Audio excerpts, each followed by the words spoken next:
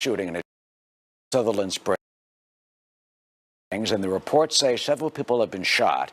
The Associated Press indicating, quoting the sheriff there, that several people have been killed in the shooting. The church had roughly 50 parishioners at the time. We have no more information on the gunman, no known motive at this time, no known information about 50 people in that church at the time at 11:30 Central Time that this mass shooting, yet another one, attacking parishioners, the faithful believers, the faithful in our country at a church, this time in Sutherland Springs, Texas. Yeah, it's a very small community, Eric. It's about 400 people. It's a tiny town, 30 miles southeast of San Antonio, Texas, Sutherland Springs is. And we in San Antonio reporting that one of the people who have been shot is a 2-year-old. Again, these are early details coming out of a very active scene. So some of these details may change as the story unfolds. I know we had Detective. Okay, we're going to have former Boston Police Commissioner Ed Davis on the line with us now. Commissioner Davis, are you with us? Yes, I am. Good afternoon. Good afternoon. And based on the information, the little information that we have and that you've heard us reporting, what is it that you can tell us that authorities on scene are doing now in terms of trying to get to the bottom of who this shooter, authorities or perhaps someone else, a parishioner who might have had a gun? We don't know that. But based on the fact that he is down now, what is it that police are trying to find out?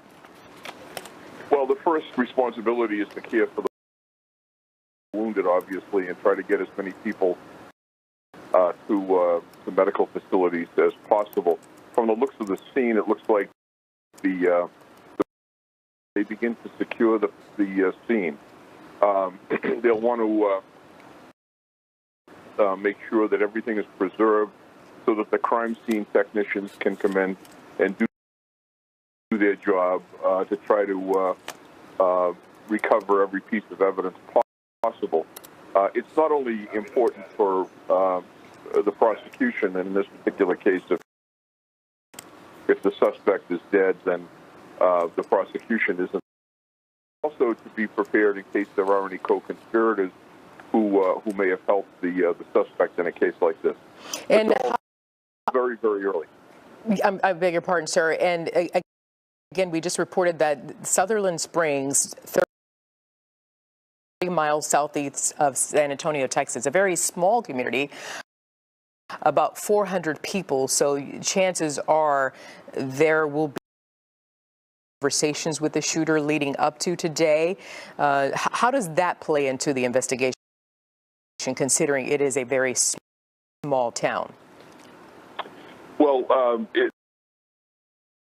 the smaller the town, the more difficult. It's probably easier to determine exactly what the suspect was doing and who he was in contact with just before the incident happened. They'll be working on pushing forward a conventional investigation, which means they'll be talking to witnesses. They'll be looking for any kind of clues that may be available from the suspect's telephone. They'll be exploiting his computers. They're certainly securing his home right now and making sure that no evidence is destroyed. And then they will meticulously the potential evidence on cell phones and communications devices, as well as his home computers, to see exactly who he was in touch with and what drove him to this. And Commissioner Davis, this is happening at the First Baptist Church there in Sutherland Springs, Texas. Anything to glean from that, the location of the crime? Well, we've seen incidents happen in churches and other places of worship over the course of the last couple of years, and it's hard to determine exactly what the motivation would be. Is it racial? Is it religious motivated? Is there something else that happened inside the church? So it's really too early to tell right now without having some information on who the suspect is. Chief, it is not a large church, obviously, as we've been saying. It's a very small town. We had the horrible situation in Charleston. At that church back in 2015, Dylan Roof, 21 years old, convicted, sentenced to death for that, racially motivated. Say that the shooter walked into the church during the services, that as we have reported, a 2-year-old and other children are among those who were shot, and that there were multiple deaths, according to the Associated Press and the sheriff there, that this seems to be very much some type of targeted act.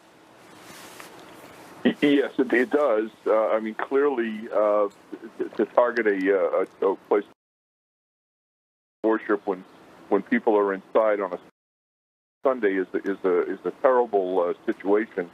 But it's hard to say exactly why someone would do something like this.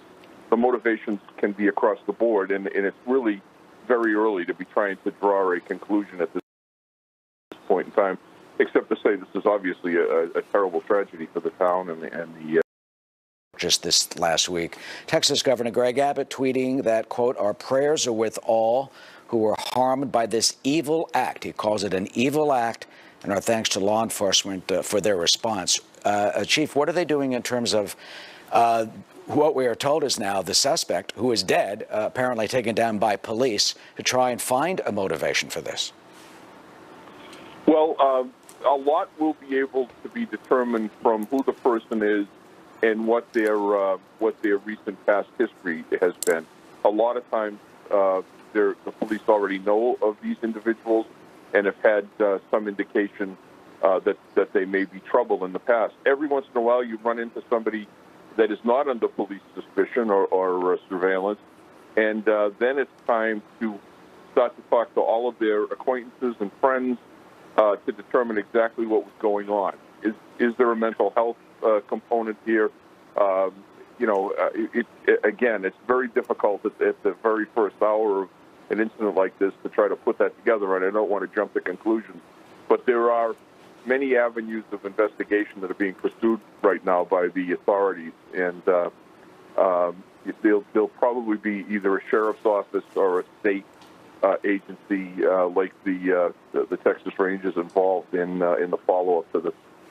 This apparently was the 11 a.m. service at the Baptist Church, the First Baptist Church in Sutherland Springs.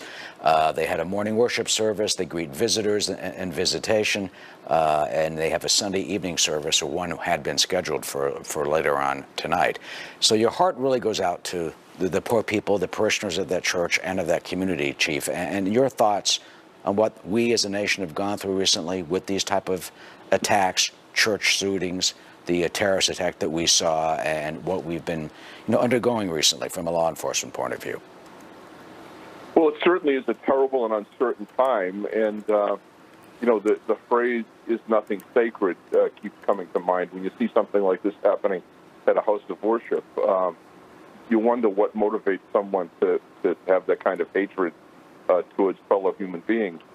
But unfortunately, we're in a cycle right now where each shooting seems to be worse than the last. Each incident seems to be more outrageous than the last incident, and I think it's time for some introspection and try to study to see exactly what is happening to society to cause this to occur.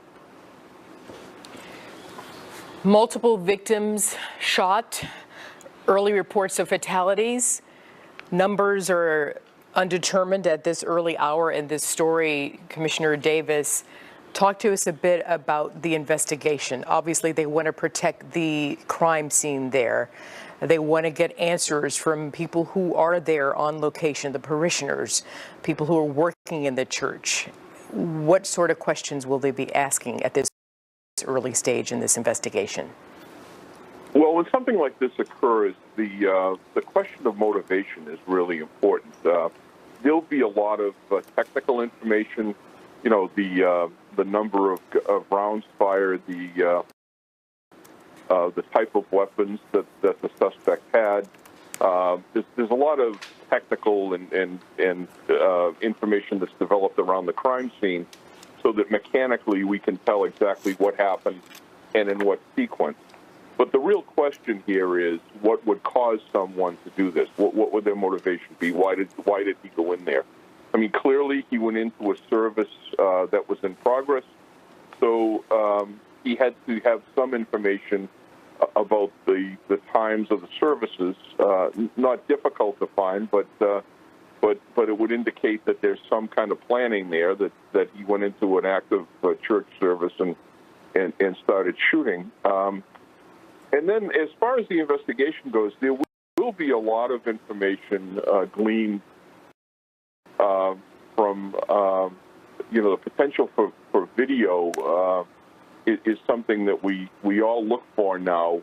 Indeed. Commissioner Davis, if I may ask you to hold on for me, we have to take a break, and we'll come back and continue our reporting on this massive shooting happening in Sutherland Springs, Texas, at a church there near San Antonio.